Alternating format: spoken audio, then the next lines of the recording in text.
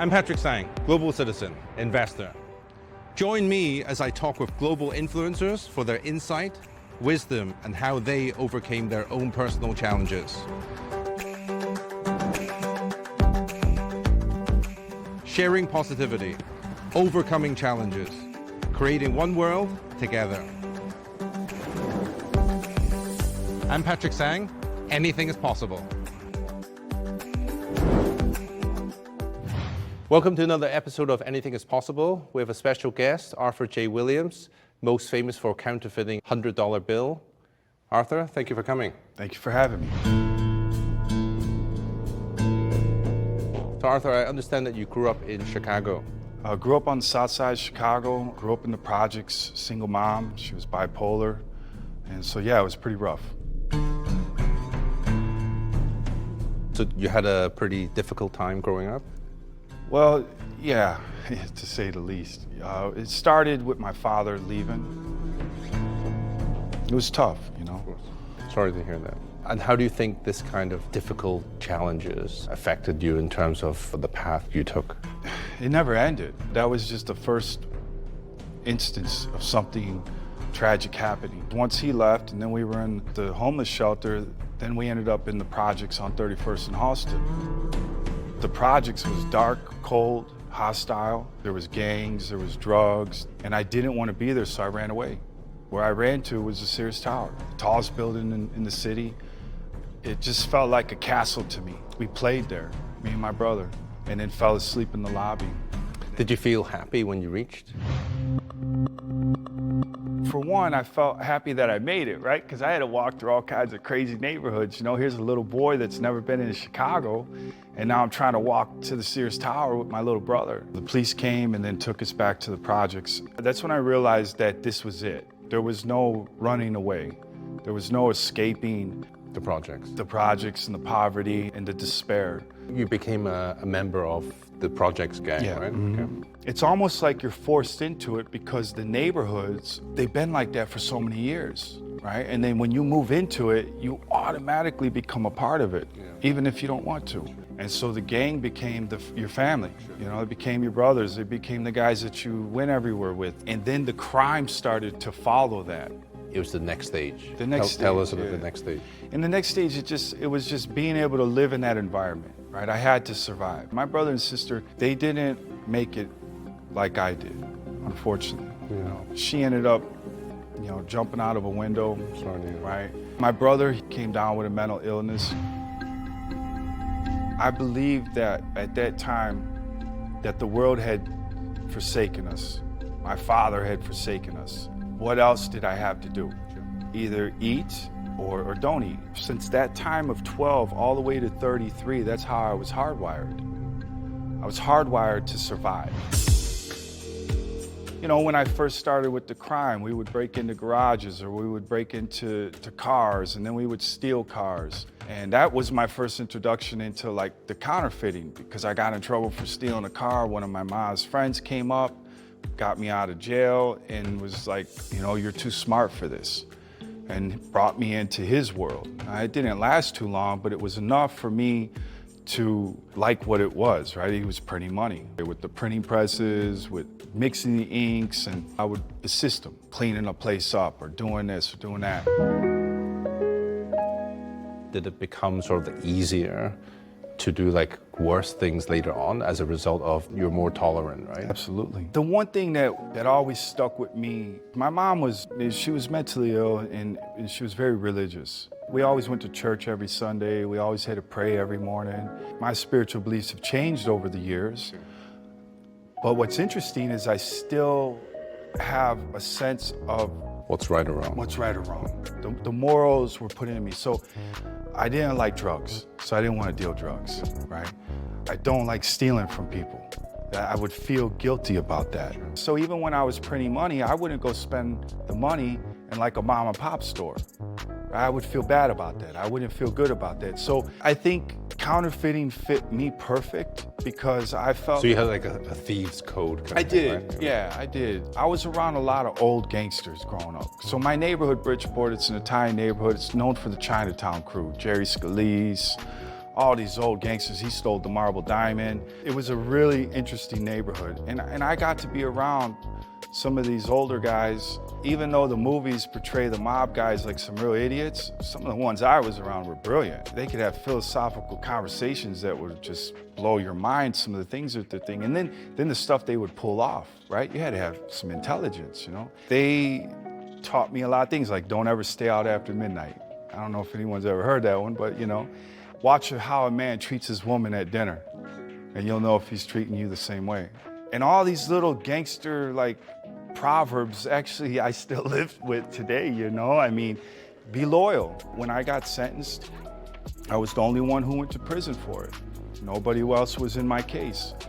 I just kept my mouth shut and went and did my time. I'm thankful for the things I went through. Even prison. When I got locked up for this last case, this counterfeiting case, they gave me 105 months. They locked me in a single cell for 9 months because they didn't catch me with anything, right? Like, you want to go into some stories, I can tell you some stories, but they didn't catch me with anything. But the feds have the conspiracy laws where, you know, they don't really need much these days anymore, you know? And so here I am in this single cell for 9 months and just didn't even want to live anymore, you know? So you didn't interact with anyone, right? No. As far as inmates, no. I was, for the most part, alone. That's where I blossomed. You know, up until that point, because I had been down a couple times already, and each time was a short sentence, like 2 years. Well, when you're 21 years old and you go away for 2 years, and this has been your whole life, you know, that it's almost kind of like a vacation, really. But my last sentence was 7 years. I went away when I was 33. I didn't get out till I was 40. That hurt. That hurt. You know, here it is all my life. I had been taught how smart I was. And then here I am in a single cell, just had a baby, about to do a lot of time. I didn't feel too smart. During that time, I started reading biographies. That was the first thing. I'd order books from the intern library. And I started reading about the presidents because that's all I really knew about, Ben Franklin, whatever, you know. And then I'd read about somebody else in that book, and then I'd want to go look up him. And then before you knew it, it was like a domino effect. I'm reading about Carnegie or Ford or Edison or Einstein. Then I got hooked on Roman emperors, and it went from one little book to like 80. I came across the book about Michelangelo's life, and I fell in love with the Renaissance, and I fell in love with the whole life as an artist of how Michelangelo was living and creating, and how he went through all the different popes and this and that. And what I realized at this point was that my life wasn't over. I was 33, sitting in a cell, and I had been reading about all these men, these great men. And one thing I noticed about them all is they all had some shit in their life. You know what I'm saying? Like every last one of them, none of their lives were perfect. They all had controversies. They all had failures. They all had problems. They all went through something. But what made them great was the fact that they could get over that. The fact that they could use that to become better. At that point, when I finally did get sentenced and they sent me to prison, that's when I made the decision that I don't want to be in prison no more. I don't want to be the counterfeiter no more. And even when they say that counterfeiting is the most addictive thing, even more addictive than heroin, printing money is actually an addiction. I won't lie, man, there's times where you're like, wow, man, I'm just gonna go print the money, because that's what it is. You're printing money, you know? So that was the turning point? That was the turning point. That's when I said, I'm done. And then I spent the next, 6.5 years training. Getting ready. Getting ready. Unfortunately, my son had came to prison 4 years after I was already gone for the same thing. Me and him were cellies for 2.5 years. What seemed to be a very unfortunate situation that he was there with me. It was one of the best things that ever happened to me and him. We got to become friends. He got to see what I was doing. Even though it was in prison, he's seen me every day waking up at 5 in the morning and writing. He's seen me going and working out. He's seen me going out to the art shop and painting every night. He's seen me have a plan, and so he started having his own, and he's doing really good. He's been out 9 years now too. He just bought his house for the first time. Really proud of him, about to have a baby. That moment that we had together, it taught me how to be a father. In prison, I learned how to be a father. We got got out in 2013, I took a job as a janitor when I first, so here I was, one of the greatest counterfeiters who ever lived. Now I'm cleaning toilet bowls, you know? It's like, what the heck's happening in life, you know? But I loved my job. It was the first real job I had, and paid me 15 bucks an hour, but I loved it. Because you were escaping the old life. Yeah, it made me feel like I was on that path of rehabilitation. Every person in prison has a plan, but then when they hit society and they realize, wow, it's not gonna be that easy. First, you better get a job. And a lot of guys that get out of prison don't want to do that. I chose to do that and to love it. Maybe it's a bit of a cliche, but once you've been to prison, people try to make up for lost time. Oh, yeah. And they try to fast track everything. Fast track everything. And take shortcuts, Yeah, right? yeah. I had been a janitor for 9 months. I transported cars, and then I ended up delivering liquor for Wirtz Liquors. You know, I'm waking up at 3 in the morning, delivering 500 cases of liquor for nothing. I mean, I wasn't making anything. I almost gave up. I almost went back to printing at that moment, but my son busts me. He comes into the house and he sees something that I was moving. And he went crazy and he ran out the house. I chased him and he brought me back to the very place that I got arrested with him. And he started screaming at me, "What are you doing, Dad? We were together, we were this, how dare you? You made everybody think that you were working and you were doing good." And it was all a lie. And I walked away. I walked away. That moment, I said, no more. I didn't have a job. My girl that I was with was pregnant. My son just busted me. So here it is again, after all these years, feeling like, what am I doing? This great guy, Joseph Cacciatore, he's a big-time real estate guy in Chicago. He had a heart for me. And he walks by and he says, "What's the matter with you?" And I said, "I just can't figure it out. I can't get it right. I can't get a good job. I can't even be a criminal right. I can't do anything right." I really just felt like I didn't know how to live in the world. It was a strange feeling. He said, "We're doing something here at the building. We need an artist intern. You want a job?" Mr. Cacciatore was the first person outside of the criminal element that took an interest in me, that said I could do more. And he kept me with him in the sense that I would travel with him, I would be in some of his meetings, and he let me see what the world was about. It's a little bit of a cliche, but you are what you surround yourself with. For the next year, I learned, for one, how to stand on my own, how to become confident, and how to keep striving for my dream, which was painting. I had some of the best artists coming in, doing murals with them. So that was kind of like my apprenticeship. My girl just had the baby. We named him Da Vinci. Life is starting to seem normal. One day at work, I get a call from the fire marshal, lost my house. And that's when I made the decision to go to Art Basel. I hadn't really given my art much attention in the sense of being a professional artist, because I knew friends that were artists. It didn't work out too well for them, you know, it's a tough industry. I said, you know what, I'm gonna take a shot and I'm gonna go down there. I loaded up my truck, I drove down there with 4 paintings. The first 2 days were terrible. I couldn't get in nowhere, I couldn't meet no one, nothing was going on. And then I ended up meeting a guy that was from Chicago Heights and he was from Jet Smarter. He invited me to a party. What do you know, I sold all 4 paintings. It was an unbelievable experience. How much did you sell for? I think it was probably like 16,000 for all 4, right? But I met Arnold Schwarzenegger's people. They liked my art, they seen that I sold, and so they invited me back down to Miami in February at the Nobu to do something for the charity. And so I was all excited. I'm driving back to Chicago. I'm telling Sarah, I sold the art and I'm invited back. I get back to Chicago, but I didn't have any art. You know, those were my 4 paintings I took, you know?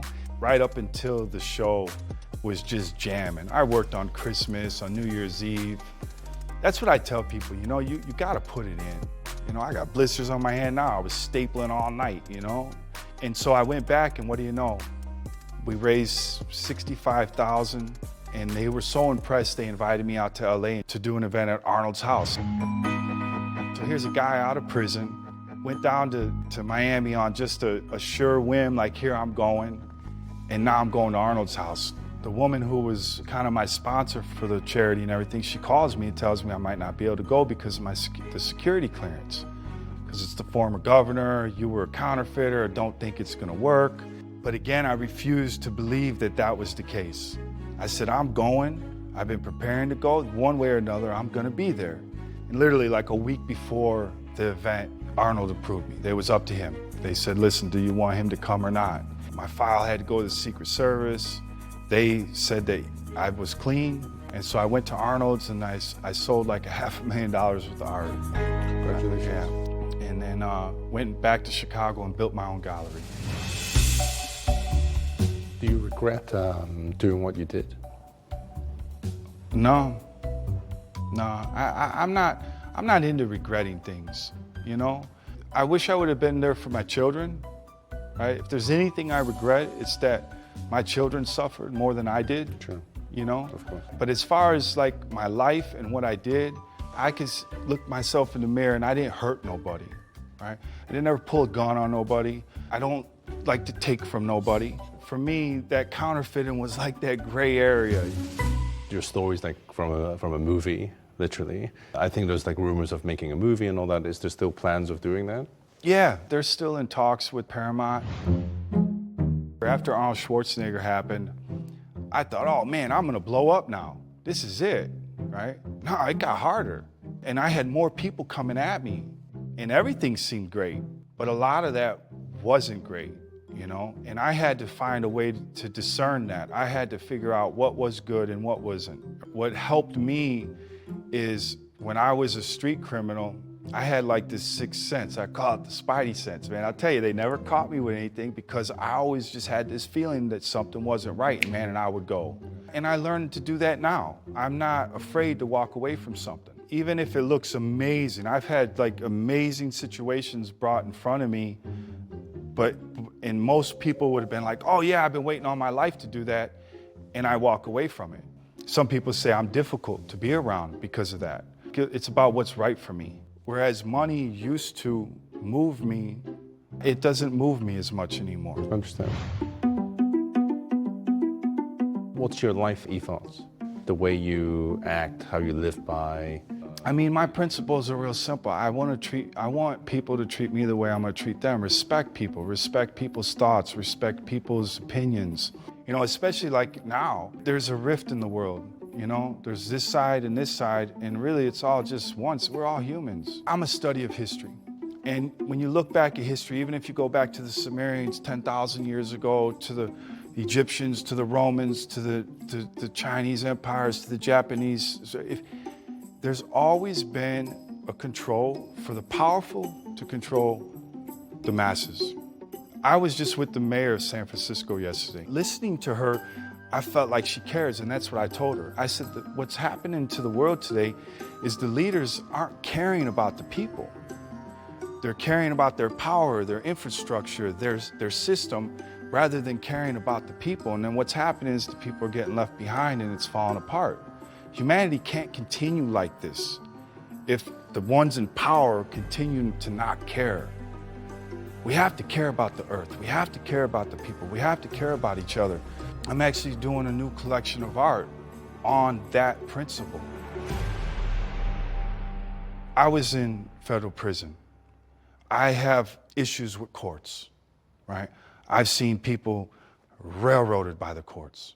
So for me, I could be mad about that, I could be angry about that, or I could find a way to try to make that better somehow. So I've been out 9 years now. First 3 were trying to find myself. The last 6 years have been as an artist. I'm at a place where I'm like, okay, now what next? I've done a lot of things. You know, I took over Rolls-Royce in Chicago. I took over the Satai in Miami.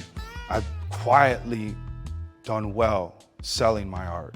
I put myself in positions to where I can be independent. And so just recently, I've been going through the motions of like, man, what's next? Am I just gonna keep just making art, selling it, or am I going to start to have purpose with it? That's where I'm at now. That's where you've caught me right now. My art is about to change. My expression of what's important, and it has to do with what's happened in the world. You know, I want to express in my art what not only I experienced, but what damn near the whole world experienced through this. not only the pandemic, but how it was treated and how people were treated. My next collection of art is going to be about that. It's going to be about the struggles that people have faced through this. It's going to be about the opinions that have separated families, right? You asked me about my morals. My morals is that to care, man, to care for people. I love the story where you've turned your life around. On the show, Anything is Possible, we try to inspire young people to try to get them to do better. Please share with us your number one advice to our audience, especially our younger viewers. Don't print money. No, well, the thing is anything is possible, right? So when they said that the currency was unbreakable, I said anything's possible. Let me go try it, and I figured it out. What I had to find out in life, and this is what I think a lot of the young people need to figure it out, is first, what did I want to do, right?